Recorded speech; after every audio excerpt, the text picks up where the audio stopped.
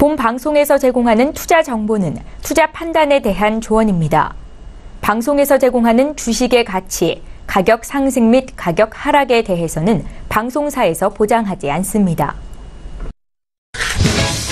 시청자 여러분 안녕하십니까. 오늘장 내일장 2부 출발하도록 하겠습니다. 2부에서는 종목 이야기 좀 더 상세하게 세밀하게 짚어보고요. 종목 상담까지 이어가 보도록 하겠습니다.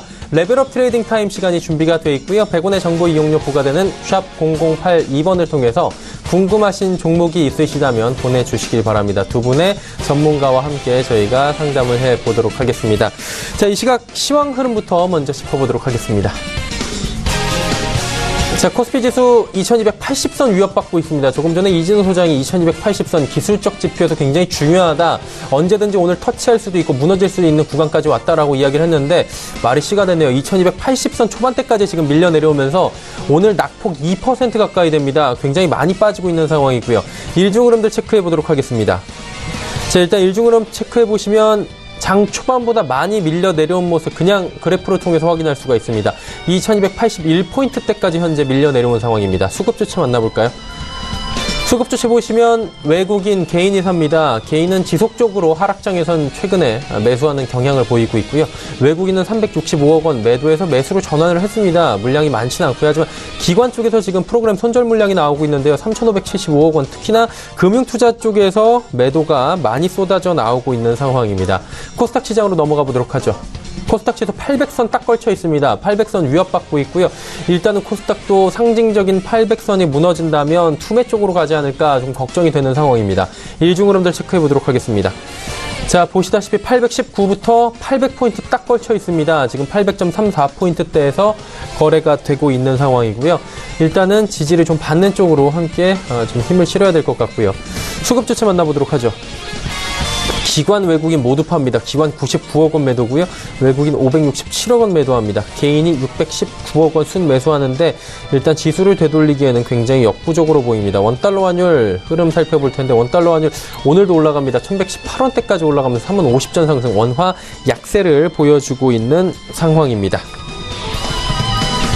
금일 본 방송에서 제공해드리는 정보는 투자 판단에 대한 조언일 뿐입니다. 해당 주식의 가치와 수익률을 보장해드리지 않는다는 점 참고해 주시길 바랍니다.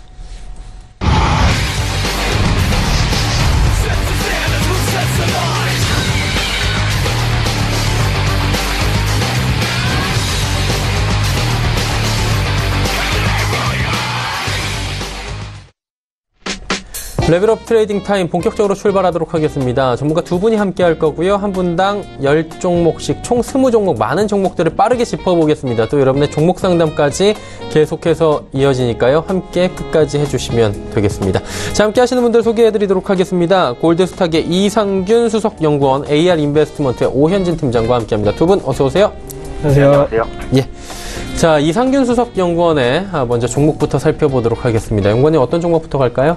네, 먼저 CJ 헬로라는 종목이고요. 예. 이 종목 같은 경우에는 저항선 11,000원에서 한번 조정 후에 상승 추세를 이어갈 것으로 보여집니다.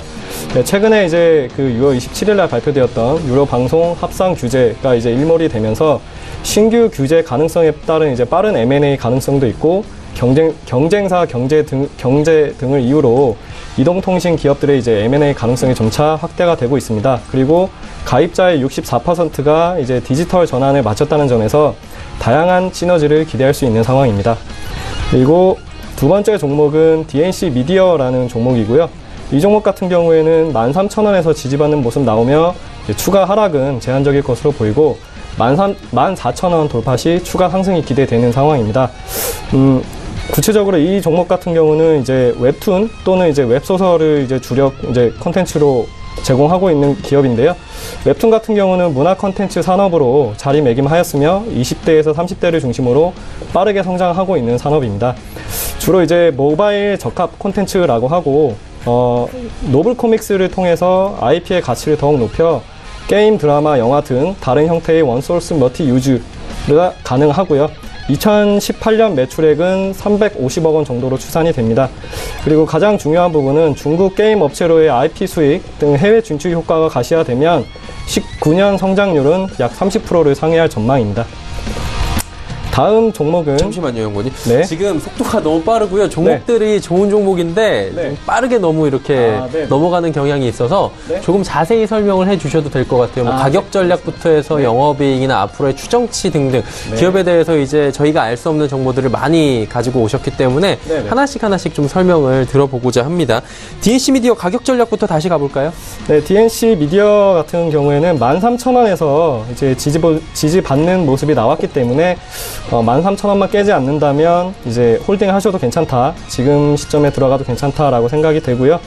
그리고 아까 말씀드렸듯이 이제 2018년 매출액 이제 350억 원 정도로 추산이 되고 라이트 노벨에서 이제 최종 캐릭터 산업까지 이어지는 선순환 구조를 이제 만들기 위해서 최근에 이제 모바일 게임 자회사 DNC 오브 스톰을 설립을 하였습니다. 그리고 구체적으로 이제 노블 코믹스 시장의 이제 선두 주자인데 17년 기준 웹소설 독자 수는 146만 명, 그리고 웹툰 독자 수는 약 320만 명까지 확보가 되어 있는 상황입니다. 구체적으로 이제 그리고 다음 종목은 이제 삼성 SDI라는 종목이고요. 대표적인 이제 전기차 배터리 이제 만드는 기업으로 LG화학과 같이 경쟁 관계에 있는 회사입니다. 기술적으로는 이제 최근에 이제 21선 또는 이제 22만 원 이제 하향 이탈하면서 단기 매도 물량이 이제 다소 출회가 된 상황이고, 하지만 이제 보통 상승 추세 구간에서 보통 이제 지지선 이탈했다가 재차 상승하는 경우가 굉장히 많기 때문에 이동평균선보다는 이제 친환경차 섹터에 좀 더 집중을 하실 필요가 있다라고 생각이 되고요. 최근 이제 CATL 중국 기업이 이제 BMW 이제 차세대 전기차 배터리 공급 등 이제 계약을 하게 되면서 좀 단기적인 노이즈가 존재했었는데, 기술적인 부분에서는 아직 삼성 SDI가 훨씬 더 인정을 받고 있는 상황이기 때문에 단기적인 악재다. 그리고 CATL이 성장하게 되면 이 전기차 배터리 이제 전체적으로 굉장히 산업 자체가 커질 수 있는 상황이기 때문에 CATL이 뭐 BMW와 계약을 했다라고 해서 큰 악재는 아니라고 생각을 합니다.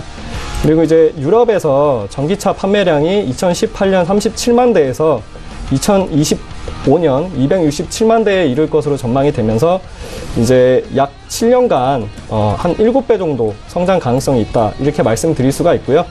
유럽에서 이렇게 시장 규모가 커지는 거에 맞춰서 이미 삼성 SDI 같은 경우에는 유럽 완성차 회사를 주요 고객사로 두고 있고, 일찌감치 이제 유럽에 배터리 생산 공장을 투자하여 유럽의 전기차 시장 규모 확대에 따른 수혜를 입을 전망입니다. 그리고 이제 그 문재인 정부가 이제 신재생 에너지 3020 정책을 통해서 2030년까지 신재생 에너지를 키울 이제 계획이어서 그 부분도 같이 수혜를 입을 전망입니다. 네. 가격 전략 어떻게 들어갈까요? 잠시만요. 예, 뭐 천천히 하셔도 됩니다. 삼성 SDI 같은 경우에는 지금 21만 5천 원에 거래가 되고 있고요. 오늘 같은 하락장에서도 1,000원이나 올라가고, 사실 이 정도 올라가면은 선방하고 있다라고 저희가 표현을 하는데 어떻게 할까요? 삼성 SDI는 21만 원쯤에서 진입을 하면 꽤 저가에 진입을 하는 거라고 생각을 하고, 한 20만 원 정도까지가 열려 있다고 보는데, 뭐 지금 가격대에 들어가셔도 뭐 무리는 없을 거라고 생각을 합니다.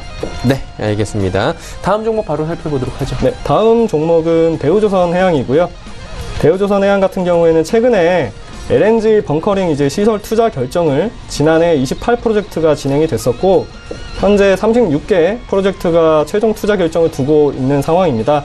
그래서 올해 5월 IMO MEPC라고 이제 국제 회사 기구에서 72차 총회에서 이제 황산화물 규제 도입 시기가 2020년이라는 것이 다시 한번 언급이 됐었고, 그 부분에 따라서 LNG 추진선 및 벙커링 투자 속도가 더욱 높아질 전망입니다. 따라서 LNG 추진 시스템이나 독자 화물창 또는 LNG 연료 탱크 등 LNG 추진선 분야에서 가장 앞선 기술을 보유하고 있는 대우조선해양이 수혜를 입을 전망입니다. 네. 정부의 공공발주나 뭐 이런 부분도 굉장히 있고, 대우조선해양 같은 경우에 최근에 주가가 많이 아웃퍼폼하고 있지 않습니까? 네, 맞습니다. 예. 그 주가가 아웃퍼폼하고 있는 부분이 가장 중요한 거는 실적이라고 생각을 하고요. 예전에 비해서 2018년 1분기 다 이제 흑자 전환하면서 실적적인 부분이 굉장히 좋아졌기 때문에 주가도 같이 따라가는 것이 아닌가 생각을 하고, 그 부분 플러스 이제 LNG 관련해가지고 LNG 선박 관련해가지고 모멘텀이 좀 더 추가가 돼서 주가가 좋은 모습을 보이고 있는 게 아닌가 생각을 합니다. 네, 지금 가격이 25,650원대에 거래가 되고 있고 오늘 급락 나오고 있는데요. 이 정도 가격대 괜찮나 아니면 어느 정도 가격대가 괜찮은지 짚어주시겠습니까? 뭐 기술적으로 봤을 때는 24,000원 이탈이 없다면 뭐 충분히 진입하셔도 괜찮다라고 생각이 되고요. 오늘 같은 경우에는 워낙 시장 상황이 좋지 않고 내수주를 제외한 이제 수출하는 모든 기업들이 대부분 영향을 받고 있는 상황이기 때문에 오늘의 낙폭은 뭐 시장 상황 대비해서 뭐 나쁘지 않은 수준이라고 생각을 합니다. 예. 네, 마지막 종목 5번째 종목 가보도록 하죠. 네, 마지막 종목은 CJ E&M이고요. 이거 못 사지 않아요, 근데 지금? 네, 지금 거래 정지가 돼서 못 삽니다. 지금 살 수가 없는 걸로 알고 좀 놀래가지고 지금 지금 종목 들어봐야 되겠죠. 피인수 합병 이제 따라서 이제 주권 거래가 정지가 된 상황인데 일단 CJ E&M 같은 경우에는 이제 CJ 오쇼핑하고 이제 합병이 되면서 그렇죠. 네네 6월 중순에 이제 뭐 방영되는 뭐 프로듀스 48이라든지 이런 부분들 때문에 이제 성장세가 지속될 전망입니다. 그리고 뭐 미스터 선샤인이나 아람브라 궁전 추억 등 기대작으로 평가받는 드라마 라인업이 하반기에 이제 방영이 될 예정이고요. 그리고 하반기 중으로 또 중국향 완성작 이제 수출 재개도 가능성이 높아서 모멘텀이 극대화될 전망입니다. 또 가장 중요한 거는 최근에 이제 CJ 오쇼핑하고의 합병을 통해서 기획부터 제작, 홍보, 판매 등 이제 전 영역에서 미디어와 커머스를 결합한 합병 시너지가 가능할 전망입니다. 네. 그러면 지금 이게 그 거래 정지잖아요. 네. 거래 후에 지금 네. 뭐 고가인 10만 원 부근 위로 올라가면서 기업 가치 그 정도 될지가 가장 궁금한 부분인데 네네. 어떻습니까? 일단은 뭐 거래가 뭐 풀려봐야 사실 정확히 알 수 있겠지만 지금의 어떤 모멘텀으로 봤을 때는 충분히 뭐 상승 추세 이어갈 수 있지 않을까 생각을 하고요.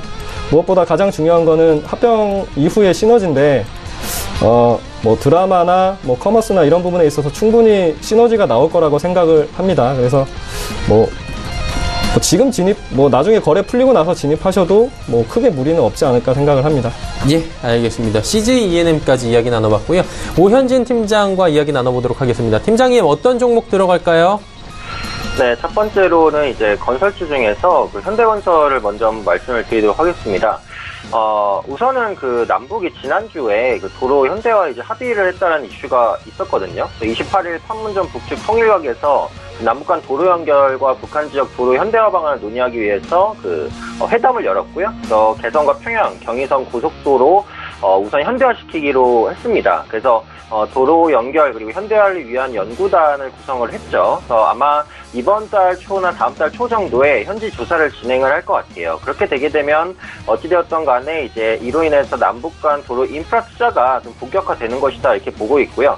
제가 테마 섹터 이제 별로 좋아하지는 않습니다만 경협주 같은 경우에는 사실 예전에 그 정치 테마나 이런 부분이랑은 확실히 달라요. 정치 테마 같은 경우 선거가 끝나면 모멘텀이 완전히 소진되지만 이 경협 사업 같은 경우에는 지금 뜬금없지 않은 사업은 확실히 아니죠. 남북 관계가 분명히 개선이 됐고 또 논의가 진행되고 있는 모습들 나타나고 있고 또 그동안 이제 기대감이 있었다라고 볼 수 있었던 하지만 약간 정지됐었던 북미 고위급 회담이 빠르면 이번 주 후반이나 아마 다음 주 후반 정도 진행이 될 것으로 보여지고 있습니다. 그렇다면 지금까지 투자 심리가 악화됐었던 경협주가 다시 한번 올라갈 수 있다 이렇게 보고 있고요.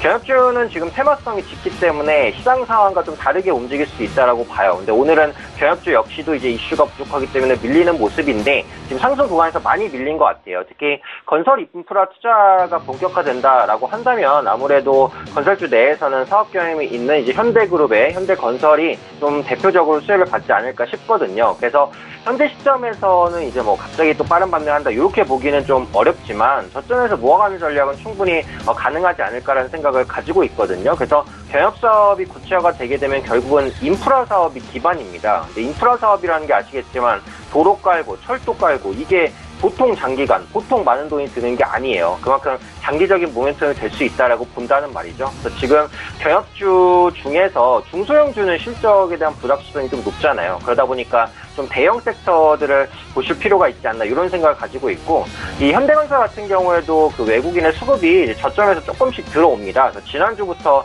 수급이 약간씩 개선이 되고 있는 모습이 나타나고 있어요. 그래서 아직은 하락 추세기는 한데 조만간 추세 전환을 시도하지 않을까라는 생각을 가지고 있고요.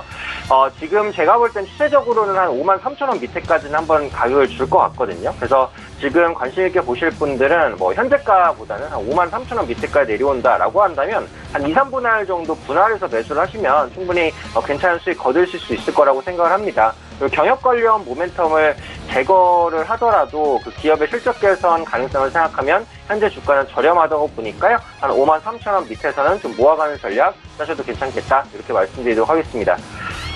두 번째 종목 보겠습니다. 두 번째 말씀드릴 종목 이마트인데 이마트는 제가 그때 좀 긍정적으로 보고 있는 종목이긴 해요. 최근에 약세를 보인 게 개별적인 악재보다는 역시 시장에 대한 영향이 컸고 또 대형주죠. 대형주다 보니까 이런 부분에서 자유로울 수는 없었다라고 보시면 되겠고 또 최근에 원달러 환율이 상승했어요. 그러다 보니까 내수주에 대해서 조금 투자 심리가 악화가 됐죠. 그래서 그런 부분들이 반영된 게 아닌가 싶고요. 지난주에 이제 한 가지 이슈가 있었어요. 이게 뭐 작은 이슈라면 작은 이슈일 수도 있는데 그 만물 잡화점 개념의 전문점이죠. 삐에르 쇼핑을 오픈을 했습니다. 그러니까 제가 볼 때는 이 신세계 그룹이 굉장히 어떻게 보면 좀 선두적인 역할을 많이 하는 것 같아요. 얼마 전에 백화점 영업시간도 좀 줄이기도 했고요. 그래서 새로운 쇼핑 사업을 통한 실적 개선 기대감은 분명히 있다라고 보고 있고요. 이 서울 스타필드 코엑스몰의 삐에르 쇼핑 1호점 문을 열었어요. 그래서 가성비를 추구하는 소비 트렌드를 접목한 유통 채널입니다. 그래서 지금 이슈가 좀 많이 되고 있는 상황이에요. 흥행을 한다면 다른 점포까지 계속해서 늘려나가겠죠. 신선식품과 가전제품, 천년 코너를 비롯해서 4만 가지 상품을 배치를 했고요. 이런 부분이 이제 발생했을 때는 여기서 삐에르 쇼핑에서 매출이 많이 나온다. 라기보다는 집객 효과가 좀 있어요. 그래서 고객들이 좀 모여드는 효과가 있고 이마트 역시도 최근에 그 일렉트로마트 안에서도 신사업을 지속적으로 좀 추진하고 있거든요. 영등포 이마트에만 가봐도 계속해서 어떻게 보면 좀 플랫폼들이 바뀌는 모습들이 나타나고 있어요. 그래서 이런 부분들이 장기적인 성장 동력을 좀 찾을 수 있게 모멘텀을 만들지 않을까 이런 생각을 가지고 있습니다. 최근 국내 유통시장의 장악력도 확대되는 모습이죠. 그래서 온라인과 모바일 부분은 물론 오프라인 매출도 점진적인 개선세를 보이는 모습이고요. 판매 상품 다변화로 매출 안정성도 확대될 것이다. 이렇게 판단을 하고 있습니다. 그래서 기관과 외국인의 수급도 한 2주 전부터는 좀 개선이 되는 것 같아요. 그래서 그런 만큼 현재 위치에서 저점 매수 가능하다라고 보고 있고요. 현재 주가 24만 8천원, 현재 주가에서도 충분히 매력적인 가격이다. 이렇게 판단을 하고 있습니다. 다음 종목은 금호석유 한번 보도록 하겠습니다.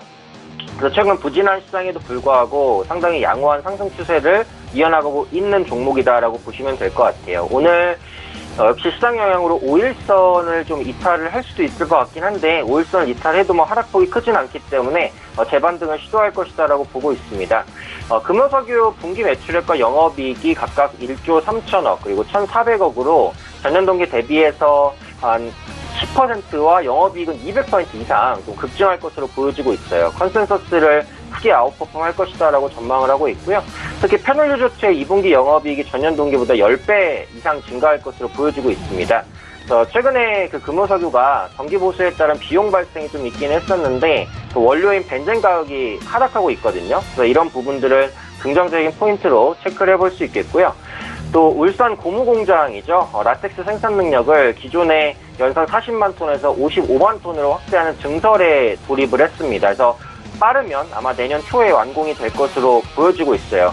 그래서 지금 동사가 생산하는 그 MB 라텍스가 보통 장갑에 많이 쓰여요. 그러니까 의료 장갑이요. 그러니까 의료 장갑은 얇으면서도 질겨서 웬만하면 잘 안 찢어지죠. 견조한 수요 증가세가 나타나고 있습니다. 앞으로 이 장갑이 이제 식품업계에도 많이 도입이 될 거예요. 그래서 라텍스 장갑에 대한 수요가 증가하면서 그리고 증설이 되면서 이런 부분들이 영업이익 성장을 가능하게 할 것이다 이렇게 판단을 하고 있고요. 지금 추세상으로는 오늘 약간 흔들리는 모습이기 때문에 지금 당장보다는 반등을 조금 지켜보는 게 나을 것 같아요. 그래서 이 종목은 약간 신고가 패턴을 달리고 있는 종목이니까 요 종목을 이제 공략을 하신다라고 하신다면 12만 원 위에서 공략하시는 게 나을 것 같아요. 그래서 금호석유 같은 경우 이제 매수를 하겠다라고 하시는 분들은 현재가보다는 12만 원 위로, 그러니까 최고가를 확인을 하고 들어가시는 게 조금 더 좋은 전략입니다. 보통 신고가 종목은 눌림목을 이용하거나 최고가 돌파할 때 둘 중에 하나로 매수 타이밍을 잡으시는 게 제일 낫습니다. 그런 관점에서 12만 원 돌파 시 매수 가능하다 이렇게 말씀드리도록 하겠습니다. 다음 종목은 이제 삼성 엔지니어링을 한번 보도록 하겠습니다. 삼성 엔지니어링도 오늘 조금 아쉬워요. 바닥을 확실히 찍고 올라가다가 시장 때문에 의해서 좀 밀리는 흐름들 나타나고 있는데 그 베트남에서 한 6천억 원대 석유화학 플랜트를 수주를 했죠. 그래서 롱손 석유화학과 롱손 석유화학단지 건설 사업 중에 그 패키지 부분을 수주했다. 이렇게 봐주시면 되겠고요. 지금 삼성 엔지니어링 같은 경우 그 폴리에틸렌 분야에서만 10건이 넘는 프로젝트를 수행을 했어요. 그리고 베트남에서 한 10개 정도 프로젝트 수행하면서 그 베트남 지역 내에서 입지를 다지는 모습도 확인이 되고 있습니다. 아시아 지역에서도 충분히 추가적인 수주가 가능하다 이렇게 판단을 하고 있고요. 또 국제 유가가 지금 다시 한번 또 급등을 하고 있죠. 이전 고점을 넘어서는 모습들, 공급 차질에 대한 우려감으로 급등을 했는데 실제로 공급 차질이 생길 가능성은 이제 별로 없긴 해요. 그래서 지금과 같은 유가 급등세가 계속될 거라고 생각하지는 않거든요. 근데 그렇다고 해서 유가가 또 빠르게 하락 발전을 할 것이냐? 그렇지도 않을 것 같아요.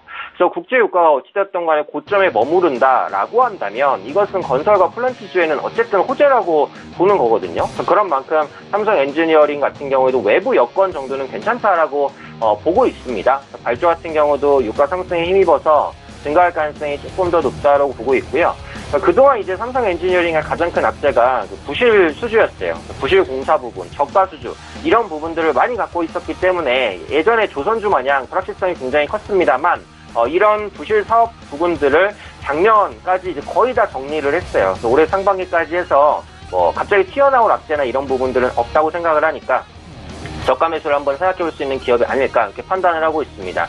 근데 지금은 이제 음봉이 떨어지니까 매수를 생각하셔도 지금 당장은 좀 아니겠죠. 한 14,500원 그 정도 밑으로 내려올 때까지 기다리시는 게 좀 맞겠죠. 14,500원 정도 밑에서 이 종목 역시 좀 모아가는 전략으로 가져가셔야 돼요. 단기간에 급등할 종목은 아니니까 펀더멘털과 이제 업황을 보고 공략하실 분들 한 14,500원 밑에부터 이제 조금씩 모아가시는 관점으로 보시면 신규 진입할 수 있겠다 이렇게 말씀드리도록 하겠습니다. 다섯 번째 종목 보도록 하겠습니다. 다섯 번째 종목은 그 삼성 출판사입니다. 삼성 출판사는 이제 그 대기업이라고 보기에는 좀 어렵죠. 중소형 섹터 중에서 개별적인 모멘텀을 가지고 올라갈 수 있을 만한 그런 종목이 아닐까 이런 생각을 가지고 있고요. 삼성 출판사는 그 유아교육 브랜드죠. 핑크폰과 관련한 상품의 매출이 좀 늘고 있고요.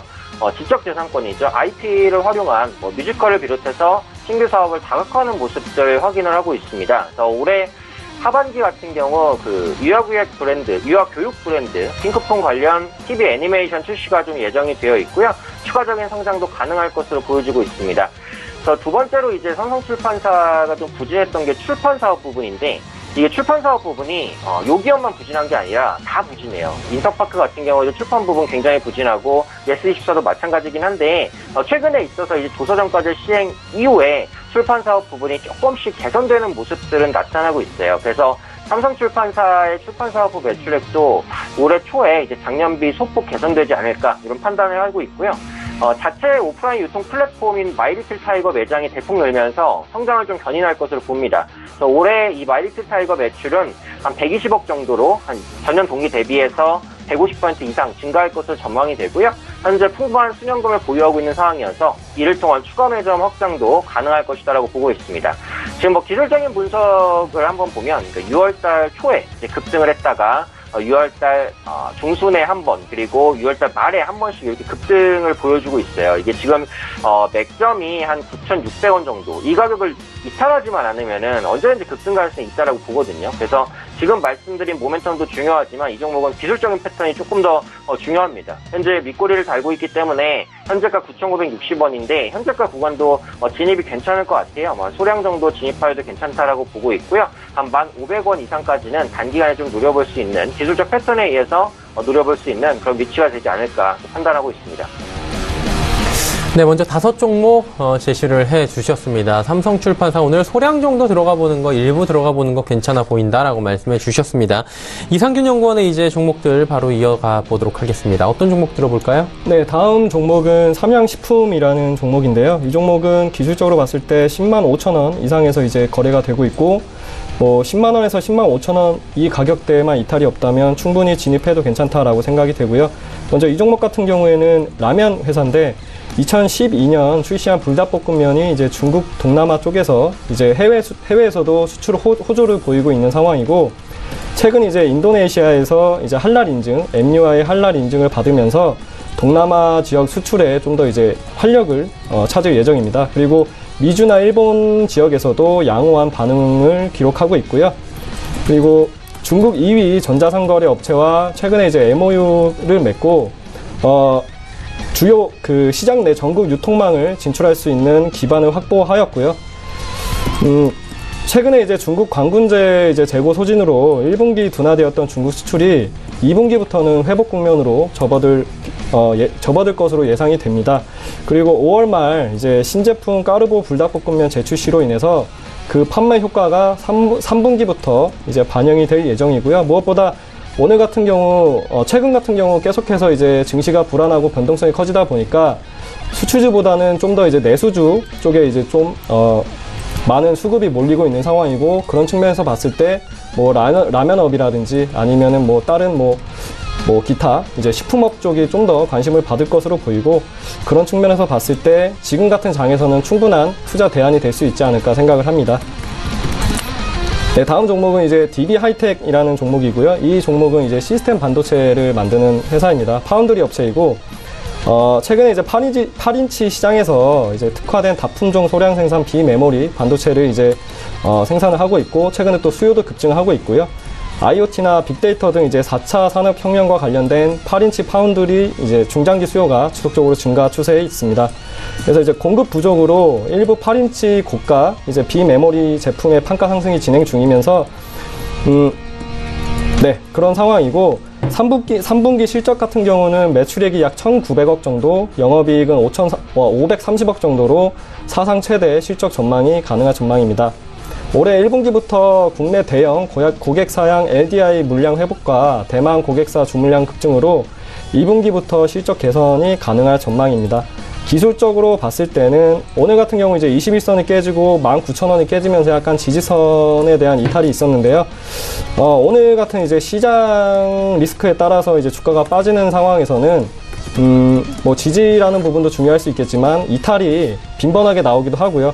다만 이제 이 기업의 뭐 추후 성장성이라든지 뭐 이제 2분기 실적 발표 이런 부분들로 지켜봤을 때 뭐 단순히 기술적인 대응보다는 뭐 이탈은 했지만 단기적인 대응보다는 좀 더 중기적 관점에서 홀딩해도 괜찮지 않을까 생각을 하고, 뭐 18,000원이나 이런 어떤 18,500원 뭐 주요 어떤 지지선에 대한 이탈이 없다면 충분히 홀딩해도 매수해도 괜찮은 지점이라고 생각을 합니다. 네, 다음 종목은 YG 엔터테인먼트라는 종목이고요. 최근에 이제 그 예전에 이제 한알령이 이제 진행이 되면서 좀 이제 매출이 실적적인 부분이 좀 안 좋았는데, 최근에 이제 한중 외교 관계가 완화하면서 중국 매출에 대한 이제 재개 기대감이 있는 상황이고, 올해 하반기에만 이제 신인 남자 아이돌 가수 한 팀과 YG가 제작한 중국 아이돌 가수 한 팀이 데뷔가 예정이 되어 있습니다. 그리고 6월 15일 날 블랙핑크가 첫 미니 앨범을 발매할 예정이고, 보이그룹 아이콘하고 위너의 컴백이 예정이 되어 있습니다. 그리고 이제 신사업으로 넷플릭스향 독점 오리지널 예능 프로그램이 제작이 되어 있는데, 제작 후에 이제 IP에 대한 많은 몫은 이제 크지 않겠지만 안정적인 마진이 가능할 전망이고, 이제 넷플릭스가 보유한 글로벌 유통망을 통해서 자사 아티스트들을 활발하게 노출시킬 수가 있어서 추후 그런 부분에 있어서 실적 개선이 이제 가능할 전망이고, 최근에 이제 실적이 좀 안 좋았던 게 빅뱅이 이제 활동을 중단하게 되면서 그 부분에 좀 영향을 많이 받았었는데, 2019년 이제 하반기 들어서 이제 빅뱅의 컴백 효과로 2020년 영업이익은 약 450억 정도가 달성이 될 전망입니다. 지금 차트를 간단하게 보시면 어쨌든 이 부분이 좀 약간 급등이다, 너무 많이 올랐다라고 생각을 하실 수가 있으신데, 주요 모멘텀은 이제 전고점을 어쨌든 돌파가 나왔기 때문에 상승 추세는 이어갈 수 있다 이렇게 생각을 하고, 주식을 매수를 할 때 눌림목에서 매수를 하는 게 가장 좋기 때문에 지금 11선에서 지지가 될지 안 될지는 잘 모르겠지만 11선에서 이탈이 나온다라고 가정을 했을 때 약 35,000원 부근이나 20선 부근에서 매수를 하면 충분히 상승 추세 가져갈 수 있지 않을까 생각을 합니다. 그 부분은 좀 투자 포인트로 가져가시면 좋을 것 같고, 마지막으로 이제 GS 리테일이 한 종목이 더 있는데 GS 리테일이라는 종목입니다. 이 GS 리테일은 흔히 아는 이제 편의점 이제 회사인데, 올해 상반기까지 부진한 실적이 예상이 됐었는데 이 실적 안 좋은 부분이 어느 정도 주가에 반영이 된 상황입니다. 최근에 이제 그 파르나스 타워 임대 완료가 되면서 호텔 부분의 실적 개선이 3분기부터는 연결 영업이익으로 이제 반전이 될 전망이고요. 그리고 주력 산업인 이제 편의점의 경우 최저임금이 오르게 되면서 이제 경영주 지원금이 그만큼 또 올라갔습니다. 그러다 보니까 좀 감익 추세는 어쩔 수가 없는데 그런 부분들을 또 슈퍼마켓이나 기타 부분의 실적 개선이 일정 부분 이제 방어를 해줄 것으로 보여집니다. 그리고 호텔, 슈퍼마켓, 기타 부분의 이제 실적 개선을 반영해서 올해 연간 순이익은 매출액이 약 8조 6천억 정도, 그리고 영업이익이 한 1670억 정도로 전년 대비해서 소폭 상승할 전망입니다. 그리고 이제 하반기 편의점 기존의 이제 신장률이 3~4% 정도가 이제 달성 가능할 전망이고, 신규 출점 완화에 따라서 점포당 매출액은 회복이 될 전망입니다. 무엇보다 최근에 이제 이마트도 점포 수를 좀 줄이고 있는 상황이고, 대형 점포가 좀 많이 안 좋은데 1인 가구 수가 그만큼 늘어나고, 이에 따라서 편의점이나 이런 부분들의 매출이 지속적으로 늘지 않을까 생각을 하고요. 기술적으로 봤을 때는 이게 이제 상승 추세 가다가 오늘 다소 좀 눌리고 있는 상황인데, 전고점에 대한 이탈은 없는 것으로 보여집니다. 그래서 지금 차트를 보시면 아시겠지만 한 42,500원 정도의 이제 주가가 형성이 되어 있는데, 한 42,000원 정도에만 매수하셔도 충분히 이번 주에 반등 노려볼 수 있을 것 같습니다. 네, GS 리테일까지 말씀을 해 주셨고요. 마지막 종목 가보도록 하겠습니다. 어떤 종목 준비가 되어 있나요? 네, 마지막 종목은 ST팜이라는 종목이고, 예. 네, 바이오 기업입니다. 사업 포트폴리오는 신약 API, 제네릭 API 신약 개발, 그리고 정밀화학 등이 있는데, 최근에 이제 실적이 많이 안 좋게 나왔습니다. 그 길리어드향 C형 간염 치료제가 완치율이 워낙 높다 보니까 API 수주가 그만큼 감소하게 되면서 매출도 크게 떨어졌는데요. 그래서 이제 금년 1분기 영업 실적이 전년 대비 99% 감소한 2억 원을 기록을 하였습니다. 하지만 이 실적적인 부분에 대한 건 주가에 어느 정도 많이 반영이 된 상황이고, 올해 이제 올리고 기반 글로벌 신약 API 매출이 대폭 증가할 전망입니다. 그래서 올리고 기반 그 RNA 치료제 같은 경우에는 글로벌 신약 시장이 2020년에 약 12억 달러로 추정이 되는 등 이제 고성장 추세에 있는 상황이고요. 다국적 제약사의 이제 올리고 기반 글로벌 신약 임상 프로젝트가 15개 이상이고, 향후 3상에 진입하는 프로젝트가 증가하면서 임상용 올리고 API 수주가 급증할 것으로 전망이 됩니다. 통상 제약사들은 임상 시료부터 파이프라인 상업화까지 이제 동일 업체를 통해서 아웃소싱할 가능성이 매우 높기 때문에 현재 ST팜이 원료를 공급하는 파이프라인들은 아직 임상 중인 점을 감안했을 때 내년 하반기부터 상업화로 이어지게 되면 회사 올리고 API 매출이 본격화되지 않을까 생각이 되고요. 이번에 이제 반월 신공장 같은 경우에는 7월에 준공 후에 내년부터 가동이 될 전망이고, 연간 생산 능력이 기존 50kg에서 800kg까지 확대가 될 전망입니다. 모의수가 어느 정도로 갈까요? 네, 차트상으로 봤을 때는 지금 이미 어느 정도 바닥을 충분히 다졌다라고 생각을 되고, 저점이기 때문에 한 35,000원 이상에서 매수하시면 충분히 손절가 짧게 잡고 갈 수 있지 않을까 생각이 됩니다. 네, ST팜까지 총 10종목 말씀을 해주셨습니다. 오현진 팀장 만나보도록 하겠습니다. 팀장님, 나머지 5종목 갈까요? 네, 메디톡스부터 한번 보겠습니다. 내년부터 이제 중국에서 판매되기 시작하는 보툴리눔 독소 의약품 뉴로톡스의 성과가 좀 기대가 됩니다. 중국 같은 경우 이제 그 보톡스 시장 규모가 한 1,000억 정도인데, 이게 공식 집계고 비공식적으로 한 2,000억 넘을 것으로 지금 전망이 되고 있거든요. 메디톡스는 보톡스 부분에서 굉장히 유명한 업체죠. 수익성도 잘 내고 있고요. 현재 이제 메디톡스가 공동으로 조인터벤처를 설립한 그 파트너사가 이미 필러를 판매하고 있는 상황입니다. 그렇기 때문에 앞으로 판매가 좀 수월하지 않을까, 이런 판단을 가지고 있고요. 하반기에는 이노톡스 임상으로 성장에 대한 기대감 지속될 것으로 보입니다. 또 이노톡스의 그 파이프라인 가치가 7천억 정도까지 추산이 좀 되거든요. 2023년 유럽 지역부터 판매가 진행될 것으로 전망이 됩니다. 그래서 지금 중국 시장에서의 모멘텀과 유럽 지역에서의 모멘텀을 다 가지고 있는 그런 종목이다, 이렇게 판단하시면 될 것 같고요. 오늘장 약세에도 불구하고 비교적 약박권을 선방하는 모습입니다. 특히 이 종목은 이제 그 외국인 수급이 굉장히 좋아요. 외국인이 한 4년, 5년에 걸쳐서 꾸준하게 지금까지도 순매수를 하고 있는 종목입니다. 그래서 시장에 대한 영향을 그렇게 크게 받지 않고 상승할 수 있는 종목이다라고 생각을 하고 있고요. 다만 그동안 이제 많이 좀 올라왔어요. 그래서 가격적인 부담이 조금 발생한 게 한 가지 단점이라면 단점일 수 있는 거거든요. 그래서 이 종목을 이제 접근을 하신다라고 하실 때는 이제 손절선을 잘 잡아야겠죠. 기술적으로 중요한 가격이 73만 원 정도 부근입니다. 현재가가 76만 원 정도니까 손절가 한 73만 원만 지켜준다라고 하신다면 충분히 현재 위치에서도 공략할 만하다 이렇게 말씀드리도록 하겠습니다. 다음 종목은 이제 루트로닉 보도록 하겠습니다. 이 루트로닉이 그 레이저 의료기기 치료 업체거든요. 레이저 의료기기 피코플러스가 미국 FDA의 승인을 받았죠. 피코플러스 같은 경우 임상 연구를 통해서 기미 개선으로 시약적 허가를 공식적으로 취득을 했고요. 이를 활용한 기미 개선 임상 연구 논문이 미국 저널에도 게재가 됐습니다. 이 피코플러스 같은 경우 피부의 손상을 최소화하고 또 다양한 색소 질환을 효과적으로 치료할 수 있기 때문에 미국 진출 후에 매출이 좀 확대되지 않을까 판단하고 있고요. 올해 세계 모델의 신규 제품 출시 효과로 인해서 성장 모멘텀을 다시 한번 찾아나갈 수 있을 것으로 보입니다. 중국 시장 진출을 위해서 중국 노동 현정부와 조인트 벤처를 설립하기도 했습니다. 중국과 미국 지역에 대한 성장 기대감이 높은 종목이다. 이렇게 봐주시면 되겠고요.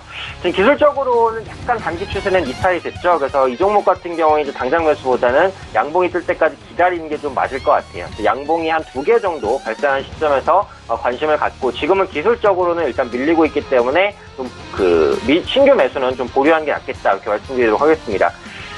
다음 종목 TK케미칼 보겠습니다.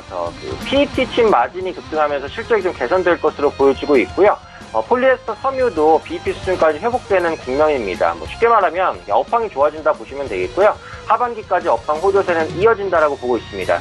그래서 연초 중국의 PET 수입 규제로 인해서 대체 효과, 공급 과잉이 좀 해소가 됐고요. 현재 공급 과잉에 대한 부담은 없는 상황입니다. 2분기 영업이익이 전년 동기 대비 크게 증가한 100억 원 이상 컨센서스를 상회할 것으로 보여지고 있고요. 건설 부분의 영업이익도 40억으로 견조합니다. 영위하고 있는 거의 전 사업이 견조하다 이렇게 보시면 될 것 같아요. 오늘장 상승했다가 이제 시장 때문에 약간 눌리는 모습 아직까지는 플러스권 지키고 있고요. 충분히 추세적인 상승을 현재까지 타고 있는 상황입니다. 단기 이평선을 밟고 이시리 이평선 상향 돌파 초입에 있는 상황이기 때문에 현재 2,400원에 위치해 있는 주가에서도 충분히 접근하기 매력적인 종목이다 이렇게 말씀드리도록 하겠습니다. 다음 종목은 코디엠 보겠습니다. 이 코디엠은 음성인식으로 조금 유명한 업체죠. 음성인식 기술 관련 특허 출원이 2013년에 64건에서 2017년 114건으로 170% 이상 증가했습니다. 올해 들어서도 4월 말 기준으로 40건, 전년 대비 증가세가 이어질 가능성이 높고요. 이 음성인식 시장 자체가 AI 스피커뿐만 아니라 자동차라든지 쇼핑이나 이런 부분에 많이 반영이 될 것으로 예상이 되고 있어요. 또 지난달에 베트남 환경기업이죠. 푸아그룹과 신재생 에너지 사업도 논의를 하면서 신재생 에너지 관련주에 대한 모멘텀도 갖고 있습니다. 오늘장 이제 조정폭이 생각보다 좀 크게 나왔는데 지금 장기 이평선 200일 이평선에 딱 걸려 있어요. 그래서 200일 이평선에서 지지를 해주는지 여부를 확인을 하고 이제 들어가셔야 될 것 같아요. 200일 이평선에서 지지를 해준다면 그에 따른 저가 매수가 가능하겠지만 거기를 만약에 이탈한다면 추세적으로는 하방 추세로 진행될 수 있으니까 그 부분은 체크가 필요할 것 같습니다. 그래서 이 종목 역시도 일단은 좀 보류를 하시는 게 맞겠다라고 보고 있고요. 끝으로 브레인 콘텐츠 보겠습니다. 천연 바이오 화장품 국내 1위 업체 스와니코코를 인수를 했죠. 최근에 그 모멘텀으로 급등을 했다가 이제 주가가 차익실현 매물에 좀 빠진 모습인데 이 스와니코코는 천연 추출물 원료 그리고 바이오 성분을 기초로 한 185개 품목을 보유한 화장품 전문 기업입니다. 현재 시점에서 이제 줄기세포 기술을 적용한 백조 쿠션이라든지 아이크림 이런 것들이 이제 주력 제품이고요. 화장품 부분에 모멘텀도 가지고 있다고 보시면 되겠습니다.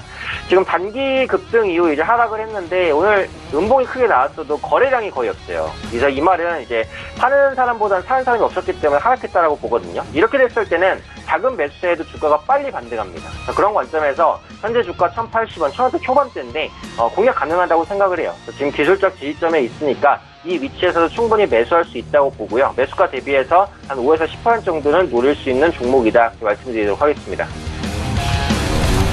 자, 총 10종목 이렇게 함께 했습니다. 오늘 10종목, 20종목, 많은 종목들 함께 했는데요. 이 종목 가운데 이제 단기적으로 접근해 볼 때 수익 내기 좋은 종목들 살펴보도록 하겠습니다.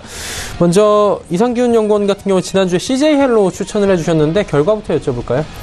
네, CJ 헬로 같은 경우에는 오늘 좀 낙폭이 있었는데 그래도 제 생각에는 이 정도의 주가 조정이면 잘 버텨줬다 이렇게 생각을 하고요. 예. 아직 21선에 대한 이탈이라든지 M&A에 관련된 어떤 이슈가 아직 나온 상황은 아니기 때문에 추후 좀 더 지켜봐도 괜찮지 않을까 생각을 합니다. 예, 그렇다면 조금 더 가지고 있어보자라고 말씀하시는 건가요? 네, 맞습니다. 한 종목이 그럼 누적됐고요. 한 종목은 어떤 종목을 또 단기적으로 접근할까요? 네, 이번에 단기적으로 접근할 종목은 ST팜이라는 종목이고 예. 이 종목 같은 경우에는 1분기에 실적이 안 좋았던 부분이 이미 다 반영이 돼서 주가가 빠졌고 이제 7월에 이제 반월 공장이 이제 생산을 재개하면서 앞으로 올리고 신약 API에 대한 모멘텀이 지속될 것으로 예상이 되기 때문에 충분히 바닥 다지고 올라갈 수 있는 차트의 모양이고 뭐 그렇다고 생각을 합니다. 충분히 상승 모멘텀은 있다고 생각을 합니다. 네, ST팜 오늘 종가로 들어가면 됩니까?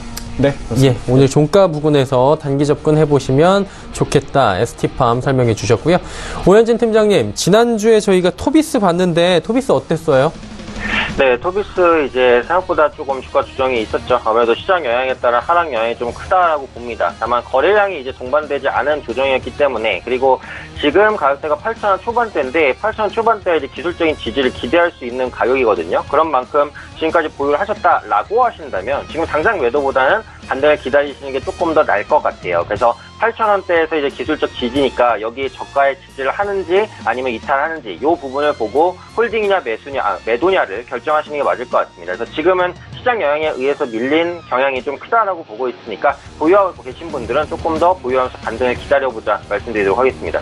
네, 토비스는 그대로 가지고 가고, 그렇다면 오늘 단기 접근으로 어떤 종목 추천해 주시겠습니까?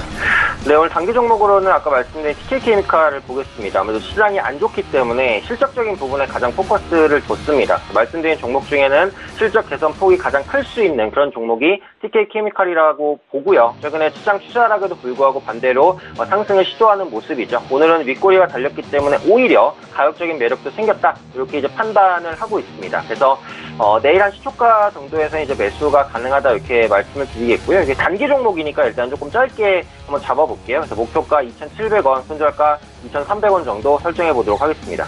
네, TK케미칼의 오늘 종가에 단기적으로 접근해보자라고 짚어주셨습니다.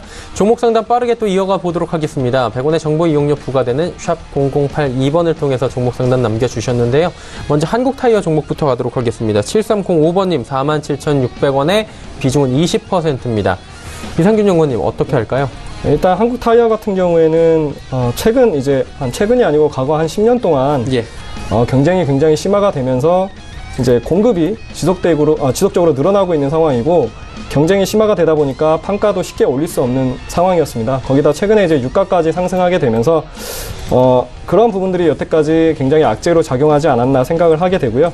지속적으로 이렇게 그 신저가를 갱신한다는 것 자체가 어떤 기업의 앞으로의 어떤 전망에 대해서 시장에서 굉장히 부정적으로 보고 있다라고 생각을 하는 거기 때문에 비중을 크게 가시지 않으면 좋을 것 같습니다. 네, 비중을 좀 줄이는 게 어떠냐라고 줄이시면 좋을 것 같습니다. 예, 말씀을 해주셨고요. 다음 종목 가보도록 하겠습니다. 0510번님께서 웅진 3,900원의 비중 20% 전략 궁금하다 하셨는데, 오현진 팀장님 어떻게 할까요? 네, 웅진이 이제 지주사입니다. 그래서 자회사에 대한 성장 기대감으로 인해서 올라온 부분이 있고, 지금도 아마 신사업에 대한 기대감이나 이런 부분은 많이 있어요. 그래서 모멘텀이 끝났냐, 그런 종목 아니라고 봅니다. 다만 일단 현재의 위치에서는 단기 급등에 따른 이제 조정이 많이 나왔고, 지금 실적 대비해서는 분명히 조금 고평가에 대한 부분이 들어간 게 맞아요. 이게 초 같은 경우 1월 1분기에도 이제 적자를 시현한 상황이기 때문에 2분기 흑자 전환 가능성이 얼마나 있을지 지금 장담할 수는 없습니다. 시장에서 그렇게 많이 이슈가 되는 종목도 아니고요. 다만 기술적인 지지 정도 기대할 수 있겠죠. 워낙에 많이 빠지다 보니까 급등에 대한 폭을 다 토했어요. 그런 만큼 지금 위치에서는 다시 한번 저가 매수가 단기적으로라도 들어올 수 있지 않을까 싶습니다. 그래서 추세가 깨졌지만 일단은 조금 더 기다려보는 관점입니다. 현재 위치에서는 홀딩을 해주시는 관점으로 봐주시고요. 반등하게 되면 한 3,000원 이상부터는 비중을 줄여주시는 관점, 손절가는 2,400원, 이 전략 꼭 지켜서 대응해 주시면 좋겠습니다. 네, 가격 전략까지 함께 짚어주셨습니다. 벌써 3시 26분 지나가고 있고요. 오현진 팀장은 이쯤에서 먼저 보내드리도록 하겠습니다. 고맙습니다. 네, 감사합니다. 예, 마감지수 체크하도록 하겠습니다. 낙폭이 더 진행이 되고 있는데요. 코스피부터 먼저 확인해 보도록 하죠. 코스피 코스닥 양시장 지금 흐름이 좋지 못합니다. 2.3% 급락세가 지금 연출이 되고 있고요. 2272포인트대까지 내려갔습니다. 영준 최저점 다시 뚫고 밑으로 내려갔고요. 계속해서 하락하고 있는 모습입니다. 무려 지수 하락이 53포인트가 넘어가고 있습니다. 일중 흐름 살펴보도록 하죠. 일중으로 보시면 2325포인트대부터 그대로 계속해서 하락하는 모습, 반등 전혀 보이지 않는 그래프 확인할 수가 있습니다. 말 그대로 하락하는, 급락하는 장세에 오늘 하루 종일 연출이 되면서 답답한 시장 환경 조성이 되고 있는데 수급 주체 확인해 보도록 하죠. 수급 주체 보시면 외국인은 더 사줍니다. 757억 원, 그리고 개인도 2646억 원까지 삽니다. 하지만 기관이 문제입니다. 3816억 원 정도 기관이 지금 순매도를 하고 있는데 일단은 일정 구간이 지나자 금융투자 쪽의 프로그램 손절 매도 물량들이 지금 쏟아져 나오고 있는 상황입니다. 3816억 원 가운데 1583억 원이 금융투자입니다. 투신에서도 275억 원, 그리고 연기금에서 500억 원을 넘게 대량 매도가 지금 나오면서 지수 끌어내리고 있는 상황입니다. 시가총액 상위 종목들의 흐름 살펴보도록 하죠. 삼성전자, SK하이닉스 이 시총 상위 1, 2위 종목들 비중도 굉장히 큰데 이 두 종목이 벌써 2%가 넘게 각각 하락을 합니다. 삼성전자 연준 최저점까지 다시 내려갔고요. SK하이닉스 83,000원대입니다. 셀트리온이 그나마 강보합권 선방하고요. 포스코가 4.26% 하락하고 있습니다. 다음 살펴보도록 하죠. 지금 5위, 6위 삼성바이오로직스가 왔다 갔다 하는데 삼성바이오로직스 결국에는 장 후반에 힘내지 못하고 하락 반전했습니다. 소폭의 하락 마감 예상되고요. 현대차, 그리고 네이버, LG화학, KB금융, 금융주들도 오늘 하루 종일 좋은 흐름 보이다가 결국에는 모두 하락 반전했습니다. LG화학의 낙폭이 그중에 가장 큽니다. 이번엔 코스닥 시장 넘어가 보도록 하죠. 코스닥 시장 790포인트대입니다. 일단 790포인트대도 장중에 무너진 바가 있습니다. 오늘 3%가 넘게 하락하고 있고요. 코스닥 시장이 거래소보다 더 좋지 못합니다. 일중 흐름 체크해 보도록 하죠. 자, 보시다시피 819부터 하락하기 시작해서 790포인트 아래까지 지금 빠졌고요. 현재 포인트가 오늘 저점 부근입니다. 결국에 반등 없는 하락이 지금 코스닥, 코스피 양시장 모두 일어나고 있다라고 체크가 됩니다. 일중 흐름들 체크했고요. 수급 주체 보시면 양 주체가 모두 매도합니다. 외국인 결국에 매도로 갔고요. 487억 원, 기관도 511억 원 매도합니다. 개인만이 883억 원 홀로 매수를 해주는데 전혀 지수가 상승하는 데는 보탬이 되지 않고 있는 상황입니다. 수급 주체까지 봤고요. 시가총액 상위 종목들의 흐름인데 전부 다 팔았습니다. 특히나 신라젠 6만 원대까지 어느새 주가, 신라젠 6만 원 오랜만에 보는 것 같고요. 메디톡스도 하락합니다. 바이로메드도 5% 가까이 하락하고 셀트리온 헬스케어 역시 오늘 장중에 계속해서 상승하다가 하락 반전하는 모습 보여지고 있습니다. 6위부터 10위 종목들 살펴보도록 하죠. HLB가 지금 7% 급락입니다. 9만 원 지금 무너지느냐 마느냐 상황입니다. 스튜디오 드래곤 잘 버티던 이 종목 역시도 3%대 하락. 오히려 나노스가 지금 잘 버티고 있는 상황입니다. 1.39% 하락, 셀트리온 제약 2.76% 하락, 펄어비스 장중에 1, 2% 상승 흐름 가져가다가 장 후반에 결국에는 하락 반전했고요. 1.29% 하락 마감 예상됩니다.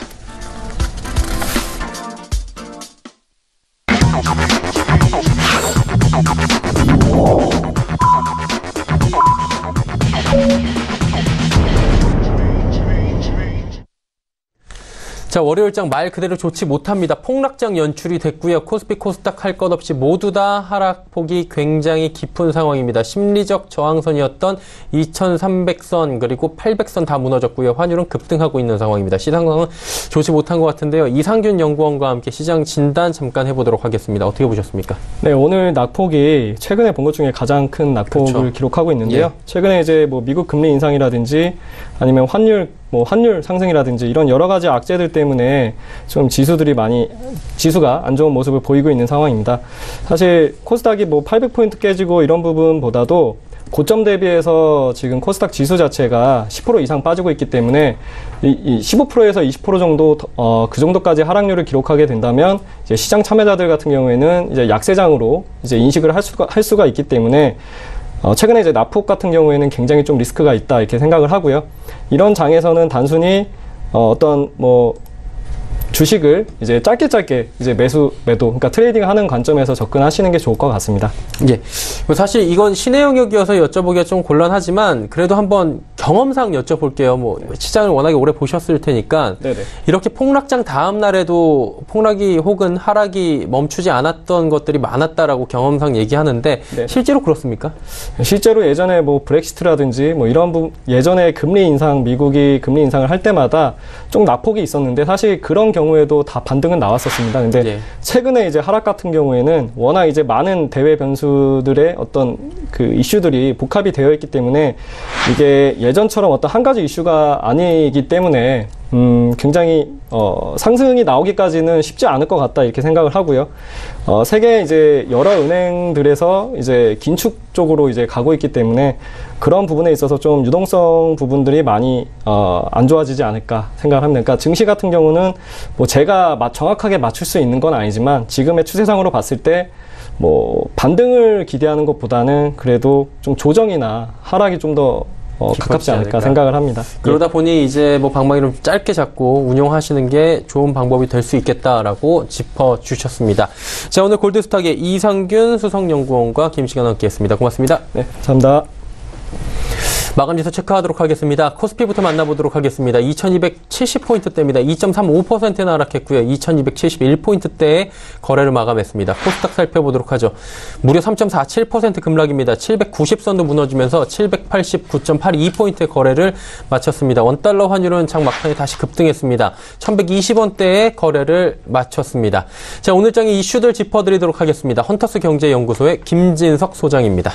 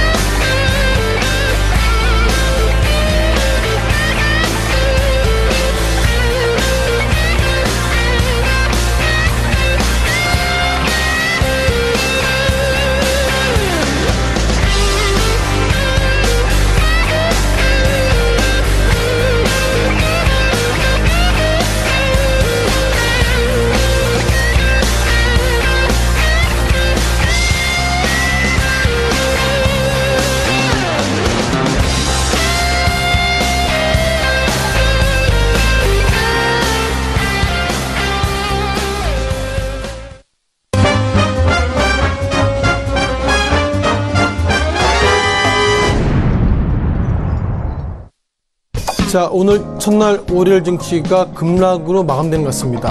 아신 것처럼 300인 이상 사업장은 오늘부터 52주, 그러니까 워라밸, 즉 워크앤라이프 밸런스라 해가지고요.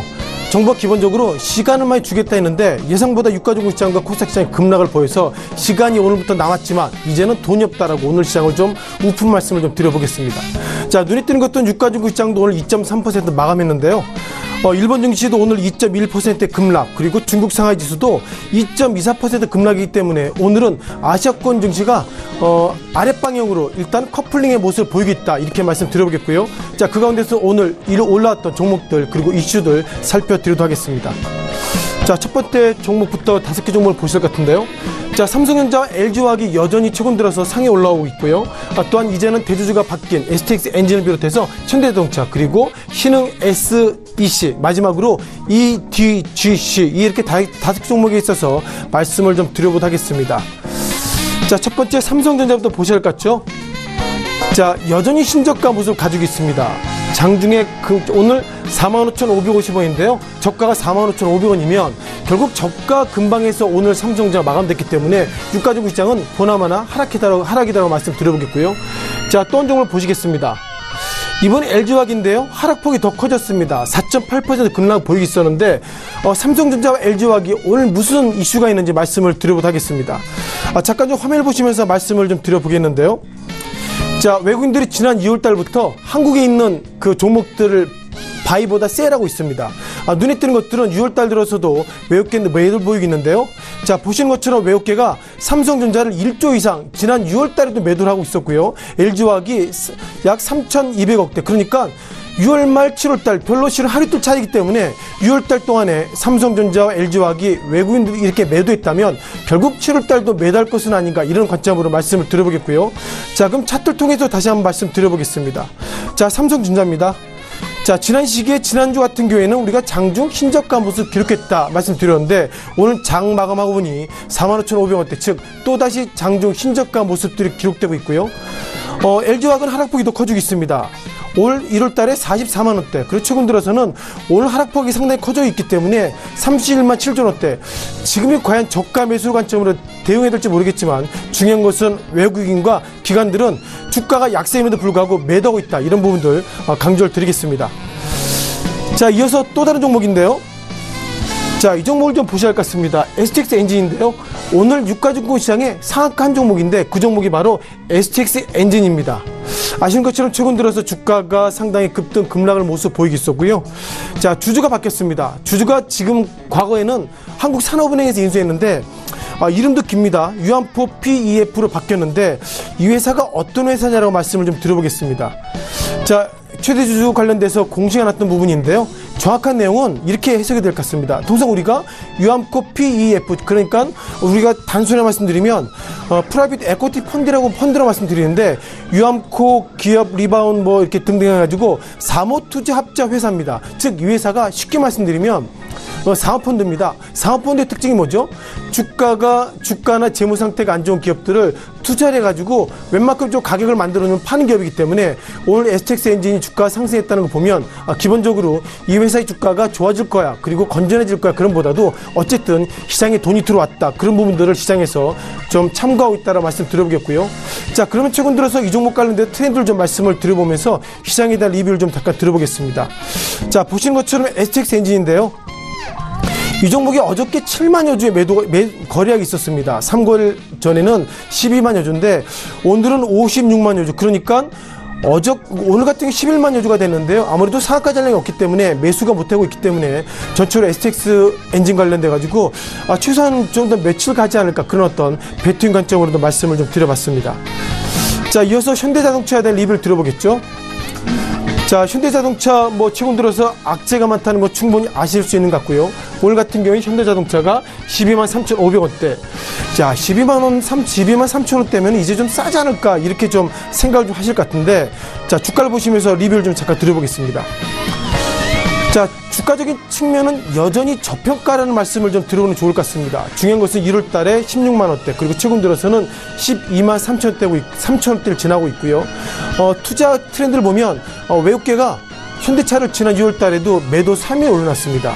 아시는 것처럼 최근 들어서 트럼프 대통령이 유로존, 즉 EU 관련돼서 앞으로 너희들이 이제 자동차나 이렇게 들어올 때 20% 관세를 부과할 거야, 이런 평가가 있어서 최근 들어서 종목들이 상당히 약세를 보고 있는데요. 자, 그럼 보셨던 것처럼 현대차의 주가가 이렇게 급락하고 있다, 이런 부분도 말씀드려보는데, 자, 그럼 미국에 있는 기업들, 과연 트럼프 대통령이 보호무역주의 차원에서 외국 기업들의 관세를 부과한다면 미국에 있는 차들은 어떻게 주가 반응되는지 좀 말씀을 드려보겠습니다. 자, 보신 것이 GM이죠. 제너럴 모터스의 주가입니다.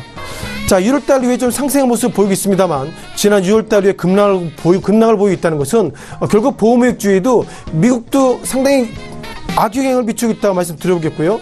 자, 또 한 종목 관련돼서 우리가 가장 전통적인 기업이죠. 자, 포드입니다. 어떤 모습이죠? 1월 달에 주당 13달러, 그리고 최근 들어 11달러이기 때문에 이제 트럼프 대통령이 자동차 관련돼서 관세를 부과하게 된다면 이것은 미국 기업이 좋은 것이 아니라 미국 기업과 그리고 상대 기업도 결국 또다시 공멸하는 것은 아닌가, 그런 관점으로 글로벌 차 업계가 반발이 상당히 거세지고 있다는 말씀을 드려보도록 하겠습니다. 자, 또 한 종목에 대한 말씀을 드려볼 수 있는데요. 자, 제가 아무래도 처음 말씀드려본 종목 중에 하나가 아닌가 싶습니다. 신흥 SEC 종목인데요. 자, 45,000원입니다. 자, 이 종목을 제가 말씀드린 이유는 이렇게 보시면 좋을 것 같은데요.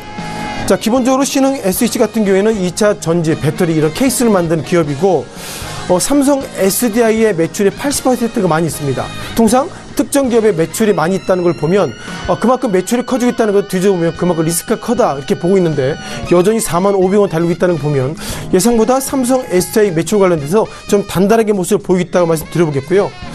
다만 여기서 좀 특징적인 모습을 좀 볼 수 있는 것 같습니다. 이 종목이 작년 9월에 들어왔고요.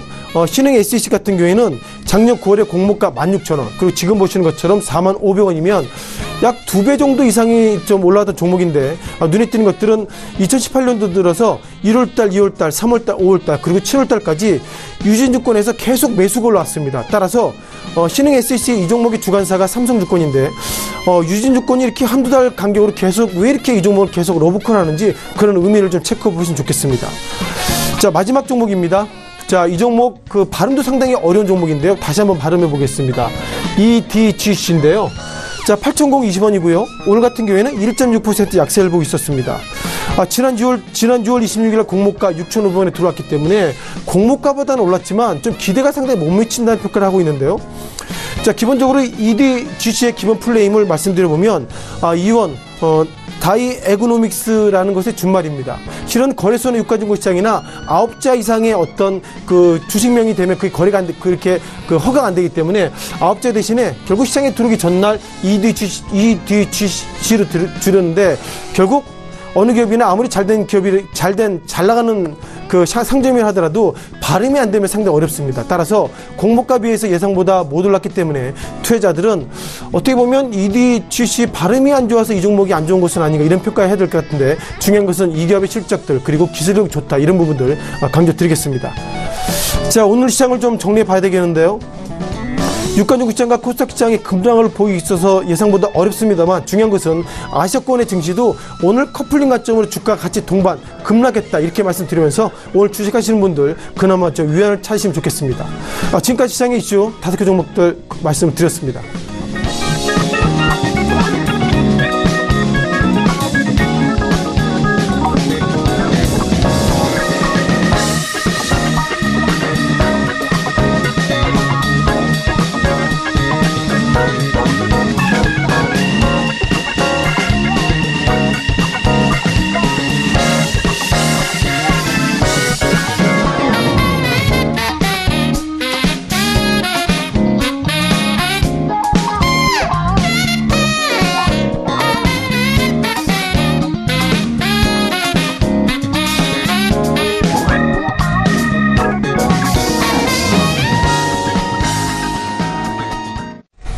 내일장 전략 바로 세워보도록 하겠습니다. KTB투자증권 여의도 지점의 이성훈 과장입니다. 과장님 안녕하세요. 네, 안녕하십니까. 예, 오늘 시장 굉장히 좋지 못했습니다. 낙폭이 근래 들어 가장 양시장 모두 컸는데 시장 점검 다시 한번 해주시고요. 어렵겠지만 내일장 전략 같이 세워볼까요? 네, 우선은 오늘 시장 좀 말하기도 되게 좀 답답한 시장은 맞다라고 볼 수 있겠고요. 우선은 전 세계적인 무역 전쟁 우려가 확산되면서 지수가 2,300선 아래로 깨면서 어떻게 보면 내려갔습니다. 우선 오늘 6일이죠. 미국과 중국 간의 첫 관세 부과 발효를 앞두고 유럽 연합과 캐나다가 보복 관세를 경고하면서 이 불안감이 신흥 아시아 쪽에서도 시장도 좀 타격이 있었고요. 특히 신흥 아시아 쪽에서도 우리나라 쪽에서의 외국인들의 이탈이 좀 크지 않았나, 이렇게 판단이 됩니다. 우선 7월 한 달간은 상승이 제한적일 것이라는 관측이 우세합니다. 오늘이 7월 첫 거래일인데, 우선 우리나라 쪽에서의 이런 글로벌 악세인 상황에서도 우선 2분기 실적이 약간은 좀 삼성전자를 필두로 하향 조정했던 6월달을 본다고 하더라도 그 부분의 어떤 상승 모멘텀은 더 찾기가 어려운 상황이라고 좀 볼 수 있겠고요. 물론 매크로 변수는 달러나 어떤 여러 가지도 있겠지만은 우선 복합적인 상황에서는 지금 현재는 어떤 종목들이나 업종을 찾는 것보다도 현금 비중과 주식 비중을 조절하는 게 가장 좀 맞지 않을까, 이렇게 판단이 됩니다.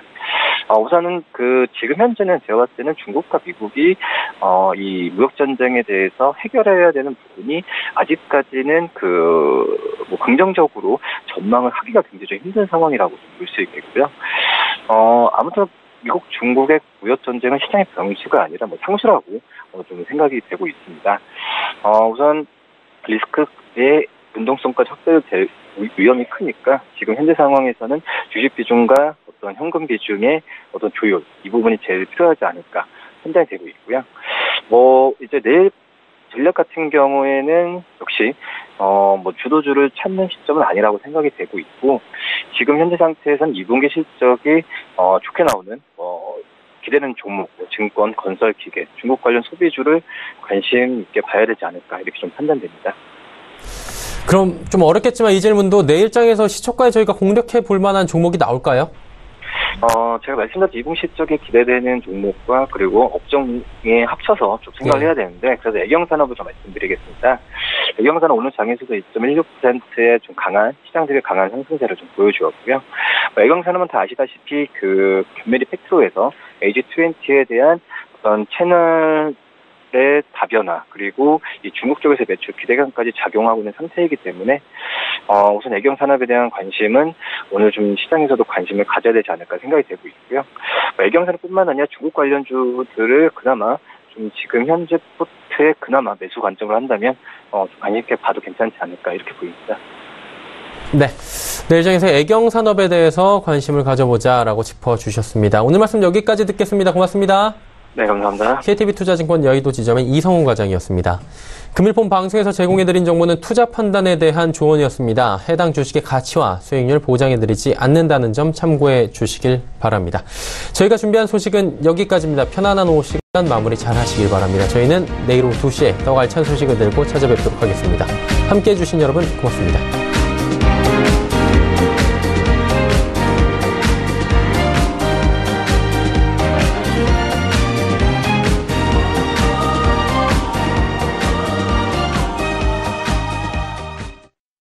본 방송에서 제공하는 투자 정보는 투자 판단에 대한 조언입니다. 방송에서 제공하는 주식의 가치, 가격 상승 및 가격 하락에 대해서는 방송사에서 보장하지 않습니다.